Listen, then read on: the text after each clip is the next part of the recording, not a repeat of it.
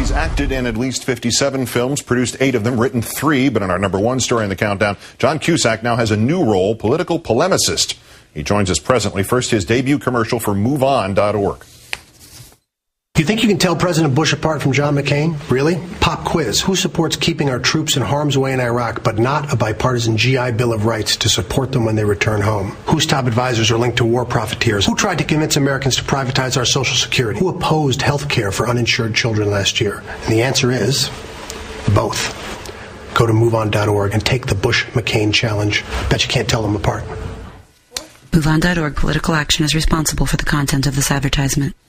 That ad, released just months after the premiere of Cusack's new film, War, Inc., set in the fictional Turkestan, where tanks carry advertising banners. Journalists are confined to the Emerald City. The movie satirizes the enormous influence that companies like Halliburton and Blackwater have in Iraq. Indeed, the fictional corporation that runs Turkestan is itself run by a former vice president of the United States who, in pushing for his company's latest big sell in that war-torn country, hits on a familiar rationale, quote, "It's our big launch, bringing democracy to this part of the world. Plus, now that we've bombed the blank out of them, well, there's a lot of rebuilding to do."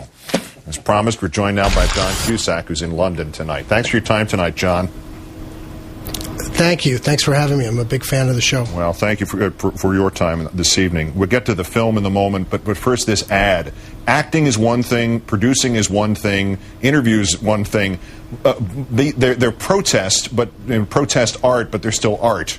Why go into a situation where, you know, the Move On ad is literally and utterly you out there? Well, you know, I've been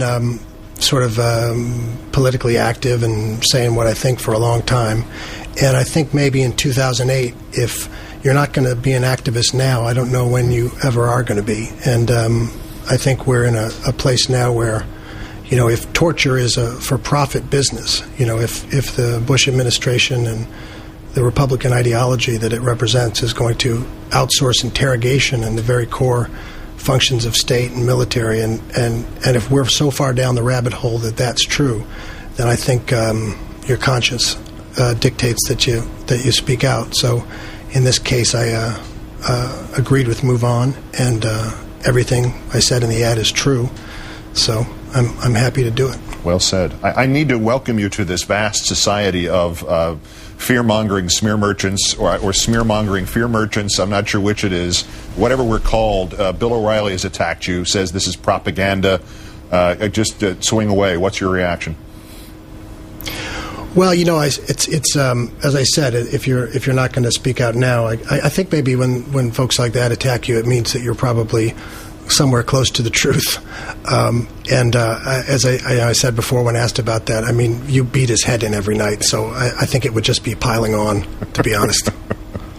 Yeah, no, so I wouldn't know where would one begin. Don't blame his condition on my beating his head in every night. He came to us this way. When celebrities and performers get involved in politics, obviously there can be an impact. The obvious example, Oprah Winfrey with Barack Obama. Is there any concern that they sometimes blow back, that it could be hurtful to a candidate or to a cause? Yeah, I think when you say something is as important as what you say in some ways. And, you know, I certainly wouldn't want to lecture the electorate or the American people about anything. But on the same token, you know, I have a right to speak out and speak my mind, and democracy requires participation.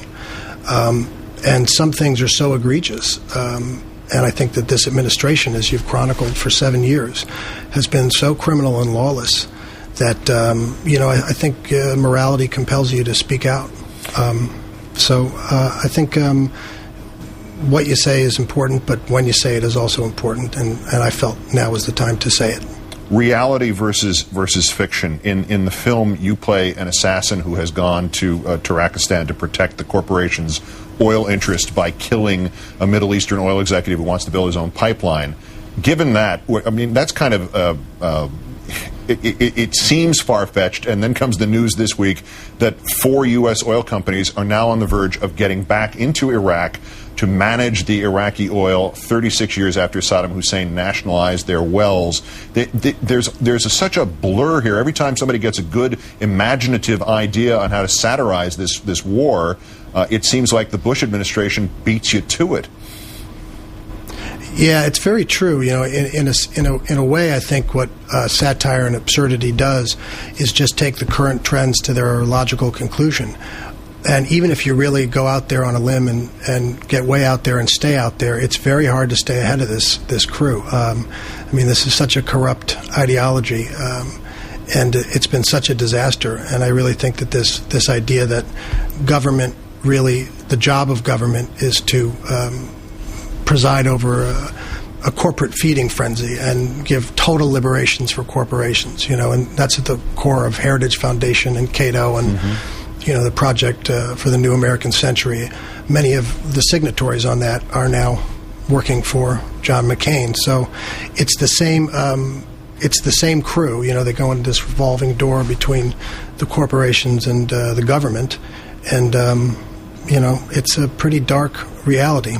So I agree. Are you hopeful? And I say this as a precursor to showing this tape again, which you'll see on about a 5-second delay from Raleigh, North Carolina this afternoon. First off, we have the Newsweek poll that shows Obama is up by 15 points after 1 month of a general campaign. Let's play this tape, boys. This is from President Bush's arrival in Raleigh, North Carolina, and he waves to the 2 guys who are waiting to see him, and they don't even move. There's no reaction whatsoever. When you see something like this, are you encouraged? Are you hopeful about the state of the United States? You know, I am hopeful about it, and that's pretty funny. Yep, that's our president. I am hopeful about it, but I do think that, you know, we have to call on all well-meaning libertarians, Republicans, Democrats to sort of expose and shame the last 7 years. And I do think if the Democrats say impeachment's off the table, I think that's very troubling.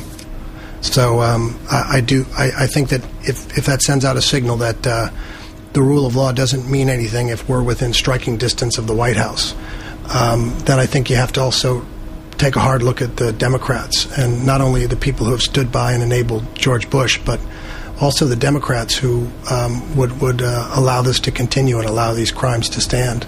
I think that's deeply, deeply troubling as well. But to give you a more coherent answer, I am still optimistic, and I do think Obama's going to win, and I think the country's going to change, which I'm grateful for.